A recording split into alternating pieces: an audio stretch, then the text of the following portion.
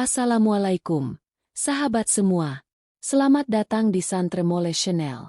Di sini, kita akan menyelami kisah penuh hikmah dari kehidupan, yang penuh pelajaran dan inspirasi untuk kehidupan kita. Tapi sebelum kita mulai, jangan lupa untuk like, subscribe, dan nyalakan lonceng notifikasinya, supaya kalian tidak ketinggalan cerita menarik lainnya. Yuk, kita mulai perjalanan ini bersama. Malam itu langit tampak gelap pekat. Hanya bintang-bintang yang menggantung di angkasa, seolah menjadi saksi dari sesuatu yang luar biasa yang akan terjadi. Di sebuah desa kecil yang dikelilingi oleh perbukitan, seorang bayi lahir. Bayi yang kelak akan mengubah sejarah manusia. Di dalam rumah yang remang-remang, suara tangisan bayi menggema. Seorang pria paruh baya dengan wajah keras, Azhar, menatap anaknya dengan penuh harap. Namun, di luar rumah, suasana desa justru penuh dengan sesajen, patung-patung batu, dan dupa yang terbakar. Masyarakat di sana tidak menyembah Tuhan yang satu, tetapi berhala-berhala yang mereka buat sendiri. Tahun-tahun berlalu, Ibrahim kecil tumbuh menjadi anak yang berbeda dari teman-teman sebayanya. Saat anak-anak lain sibuk bermain di sekitar kuil para berhala, Ibrahim justru sering termenung. Setiap malam, ia duduk di atas bukit, menatap bintang-bintang yang berkelap-kelip di langit. Bagaimana mungkin patung-patung batu itu bisa menjadi Tuhan? Mereka bahkan tidak bisa bergerak, apalagi berbicara. Pikirnya. Suatu malam, ia melihat bintang yang bersinar sangat terang. Hatinya berdesir. Mungkinkah ini Tuhan? Tetapi beberapa jam kemudian, bintang itu meredup dan menghilang. Tidak. Tuhan tidak mungkin menghilang, katanya pada dirinya sendiri. Kemudian, ia melihat bulan yang bersinar begitu indah. Cahaya putihnya menerangi langit malam. Mungkinkah bulan ini Tuhan? Tapi, saat fajar menyingsing, bulan pun tenggelam.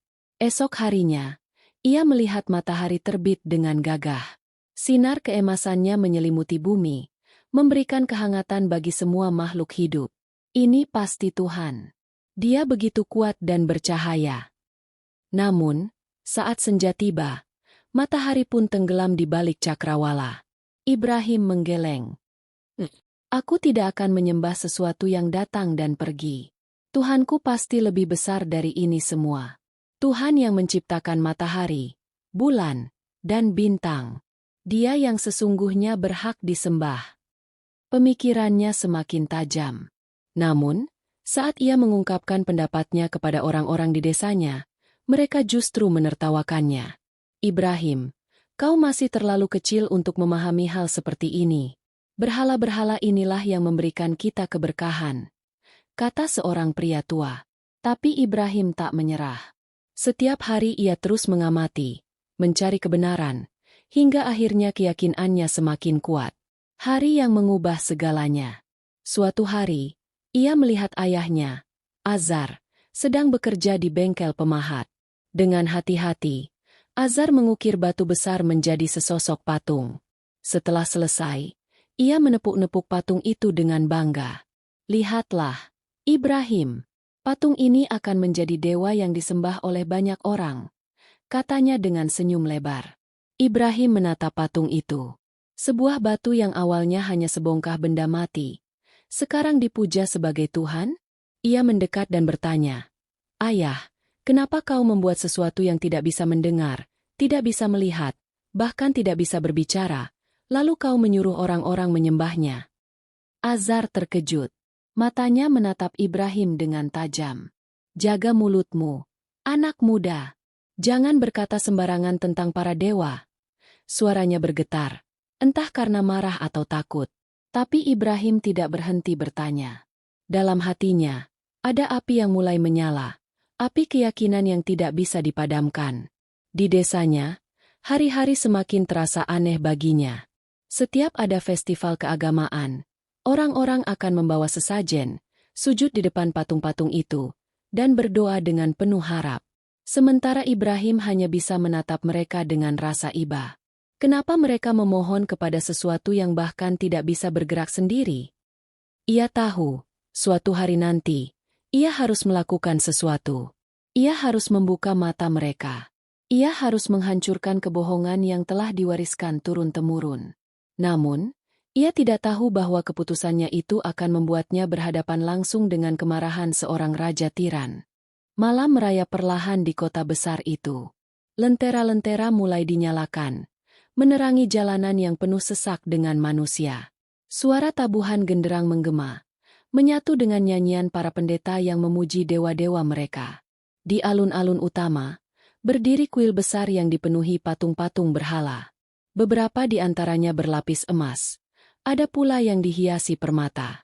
Di depan kuil, ratusan orang sujud dan mempersembahkan sesajen. Bau dupa menguar di udara. Hari itu adalah perayaan terbesar bagi kaum penyembah berhala. Semua orang berkumpul di luar kota, menuju padang luas untuk melakukan upacara pengorbanan. Namun, ada satu orang yang memilih tinggal. Ibrahim. Ia berdiri di depan kuil megah itu, memandangi patung-patung yang berjajar rapi. Matanya penuh keteguhan. Hatinya dipenuhi keberanian. Sudah cukup. Ini waktunya mereka melihat kebenaran, bisiknya dalam hati. Ia masuk ke dalam kuil dengan langkah perlahan. Cahaya obor di dinding menari-nari, menciptakan bayangan yang menyeramkan. Namun, Ibrahim tidak gentar. Di hadapannya, berdiri patung-patung besar dengan berbagai bentuk. Ada yang menyerupai manusia, ada yang berbentuk binatang, dan ada pula yang aneh, campuran dari berbagai makhluk. Ia mendekati salah satu patung dan mengetuknya dengan jari. Duk, duk, hanya batu, hanya benda mati. Tapi mereka menyembahnya. Ibrahim menarik napas dalam. Lalu, ia mengangkat kapaknya. Brak, sebuah patung jatuh dan pecah berkeping-keping. Brak, brak. Satu persatu patung dihancurkannya. Suara dentuman bergema di seluruh ruangan. Debu beterbangan. Patung-patung raksasa itu runtuh seperti tak memiliki kekuatan sama sekali. Batu-batu besar berserakan di lantai. Sesajen yang disusun rapi kini porak-poranda. Namun, ada satu patung yang tidak ia sentuh. Berhala terbesar di tengah kuil. Ibrahim menatap patung itu sejenak, lalu tersenyum kecil. Ia mengambil kapaknya dan menyandarkannya di pundak patung itu. Lalu, ia pergi meninggalkan kuil, dan menunggu apa yang akan terjadi esok hari.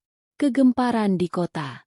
Keesokan paginya, udara masih dingin saat orang-orang kembali dari upacara keagamaan mereka. Para pendeta berjalan paling depan, membawa dupa yang masih mengepulkan asap. Namun, saat mereka tiba di depan kuil, mereka terhenti. Seorang pendeta berteriak, "Tidak! Apa yang terjadi?" Orang-orang berlari masuk, dan apa yang mereka lihat membuat mereka ternganga. Patung-patung yang mereka sembah hancur berantakan. Kuil yang tadinya penuh dengan sesajen kini berantakan seperti medan perang. Para pendeta jatuh terduduk, tangan mereka gemetar. Mata mereka terpaku pada satu hal, patung terbesar yang masih utuh dengan sebuah kapak yang bersandar di pundaknya. Suasana berubah menjadi kekacauan. Orang-orang berteriak. Beberapa menangis. Siapa yang melakukan ini? Mereka mencari-cari tersangka, hingga akhirnya seseorang berkata, "Aku tahu siapa yang berani melakukan ini. Ibrahim."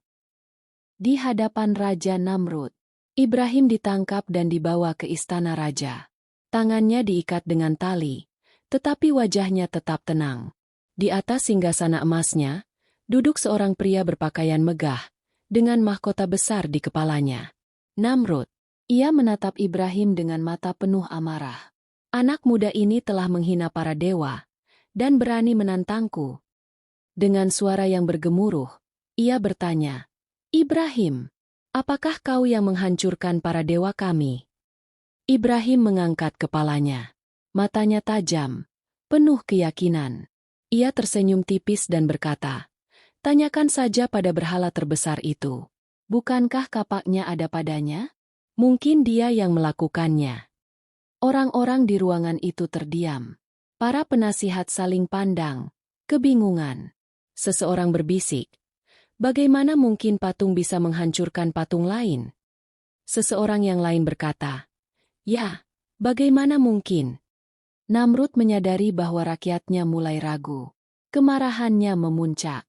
Ia berdiri dari singgasananya, menunjuk ke arah Ibrahim. Jangan dengarkan dia. Dia telah menghina para dewa dan harus dihukum. Kerumunan kembali gaduh. Beberapa orang mengangguk setuju. Seorang prajurit bertanya, "Apa yang harus kita lakukan terhadapnya, Baginda?" Namrud terdiam sejenak. Lalu sebuah senyum kejam terbentuk di wajahnya. "Kita bakar dia hidup-hidup. Api neraka untuk Ibrahim."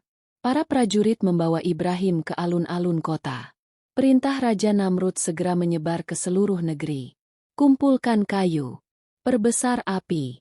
Kita akan membakar Ibrahim sampai menjadi abu." Berhari-hari rakyat dikumpulkan untuk mengumpulkan kayu. Mereka membawa batang pohon, ranting, bahkan perabotan rumah mereka sendiri. Api mulai dinyalakan. Awalnya kecil, lalu semakin besar, dan semakin besar. Burung-burung yang terbang terlalu dekat langsung terbakar. Panasnya bisa dirasakan dari kejauhan. Namun, Ibrahim tetap tenang. Ia tidak berteriak, tidak menangis. Ia hanya menatap api itu dengan keyakinan penuh. Di kejauhan, seorang malaikat turun dan berbisik padanya. "Wahai Ibrahim, apakah kau ingin kami menolongmu?" Ibrahim tersenyum dan menjawab, "Cukuplah Allah bagiku." Namrud tertawa puas. Ia berdiri di atas balkon istananya, menikmati pemandangan itu seperti tontonan hiburan. Lalu, dengan suara lantang, ia berkata, "Lempar dia ke dalam api."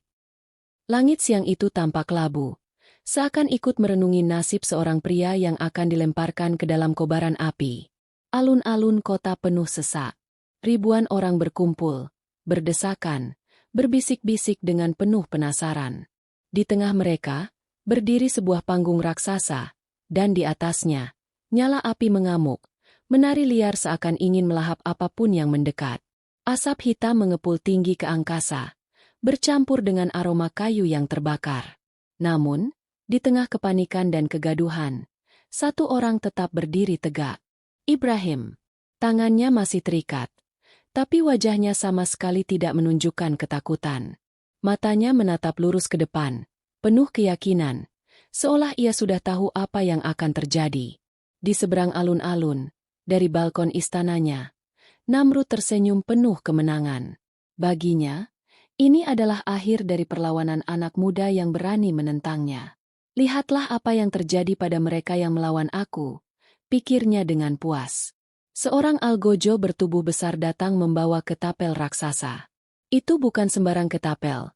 Alat itu dibuat khusus karena tidak ada manusia yang bisa berdiri cukup dekat untuk mendorong Ibrahim ke dalam api. Bahkan prajurit terlatih pun akan terbakar hanya dengan mendekat. Dua orang prajurit mengikat tubuh Ibrahim ke dalam ketapel. Orang-orang menahan napas. Seseorang berteriak, "Hukum dia! Biarkan para dewa membalaskan dendam mereka." Teriakan itu disambut sorak-sorai. Mereka berpikir, ini adalah akhir dari Ibrahim. Namun, di langit, sesuatu yang tak terlihat oleh manusia sedang terjadi. Malaikat menawarkan pertolongan. Jauh di atas sana, di balik awan-awan, para malaikat melihat kejadian ini dengan penuh geram. Salah satu dari mereka segera turun ke bumi dengan kecepatan kilat. Ia mendekati Ibrahim dan berbisik, "Wahai Ibrahim, apakah kau ingin kami menolongmu?" Tapi Ibrahim, dengan senyuman penuh keikhlasan, hanya berkata, "Cukuplah Allah bagiku, dan dialah sebaik-baik penolong." Malaikat itu terdiam, lalu kembali ke langit dengan takjub. Di sisi lain, malaikat Jibril datang menghadap Allah dan berkata, "Ya Rab, izinkan aku untuk menolong kekasih-Mu ini." Tetapi Allah menjawab dengan penuh kebijaksanaan, "Aku lebih tahu bagaimana menolong hambaku."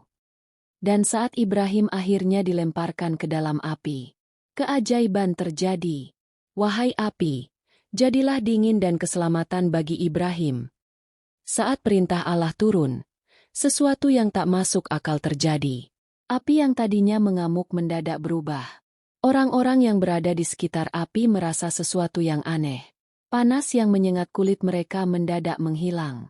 Mereka melihat ke arah api, Dan apa yang mereka lihat membuat mereka membelalakan mata, tak percaya dengan apa yang terjadi. Api itu tidak lagi menyala. Alih-alih berkobar ganas, api itu berubah menjadi taman hijau yang indah, dipenuhi bunga-bunga yang bermekaran. Di tengah-tengah taman itu, berdiri Ibrahim, tanpa luka, tanpa bekas terbakar sedikit pun. Pakaiannya masih utuh. Kulitnya tidak melepuh. Bahkan, ia berdiri dengan tenang, seperti sedang menikmati kesejukan embusan angin. Suasana alun-alun yang tadi penuh sorak-sorai mendadak sunyi. Orang-orang menahan napas. Mereka melongo, tidak mampu berkata-kata. Salah satu pendeta berhala yang tadi begitu yakin dengan hukuman ini berbisik ketakutan. Ini mustahil. Yang lain mulai gemetar, berlutut di tanah, menyadari bahwa yang mereka saksikan bukan sihir, bukan tipu daya, tetapi mukjizat dari Tuhan yang sebenarnya. Kemarahan Namrud akhir yang tragis. Di balkon istananya, Namrud yang tadinya tertawa penuh kemenangan kini hanya bisa terdiam. Wajahnya memucat, matanya membelalak. Ia tidak bisa menerima ini. Tidak, ini tidak mungkin. Tidak ada yang bisa selamat dari api sebesar itu. Ia menggenggam pinggiran singgasananya begitu kuat hingga buku-buku jarinya memutih. Namun, rakyatnya mulai ragu. Jika Ibrahim benar-benar selamat dari api, maka Tuhan yang ia sembah pasti lebih kuat daripada dewa-dewa mereka. Jika Tuhan Namrud begitu hebat, mengapa mereka tidak bisa menyelamatkan berhala-berhala mereka? Beberapa orang mulai berbisik, beberapa mulai menangis. Ada yang menoleh ke arah Ibrahim dengan mata penuh harapan. Dan di saat itulah, bibit kehancuran Namrud mulai tumbuh. Pembalasan dari Allah. Meski melihat keajaiban di depan matanya, Namrud tetap menolak untuk mengakui kebenaran. Ia tetap menantang Tuhan, berusaha menunjukkan bahwa dirinya lebih hebat. Namun, bertahun-tahun kemudian, Allah membinasakan Namrud dengan cara yang sangat hina. Bukan dengan tentara besar, bukan dengan pedang atau perang, bukan dengan api atau bencana alam, tetapi dengan seekor nyamuk. Nyamuk kecil itu masuk ke dalam lubang hidung Namrud dan terjebak di kepalanya. Ia menggigit dan terus menggigit, hingga rasa sakitnya membuat Namrud berteriak sepanjang hari dan malam. Tak ada tabib yang bisa menyembuhkannya. Tak ada prajurit yang bisa menyelamatkannya. Raja yang dulu sombong, yang mengaku sebagai Tuhan, kini takluk oleh makhluk sekecil nyamuk. Hingga akhirnya, ia pun mati dalam penderitaan. Dan dengan begitu, Allah membuktikan bahwa tidak ada kekuatan yang lebih besar daripadanya. Penutup yang menggugah. Hari itu, banyak orang yang menyaksikan keajaiban Ibrahim beriman kepada Allah. Mereka meninggalkan berhala-berhala mereka, meninggalkan kebohongan yang telah diwariskan turun-temurun. Ibrahim melanjutkan perjalanannya, menyebarkan kebenaran, dan menjadi salah satu nabi terbesar yang pernah ada. Sementara itu, api yang pernah dinyalakan untuknya, yang dulu dibuat untuk membinasakannya, kini hanya menjadi kisah yang dikenang sebagai bukti keajaiban dan kebesaran Allah.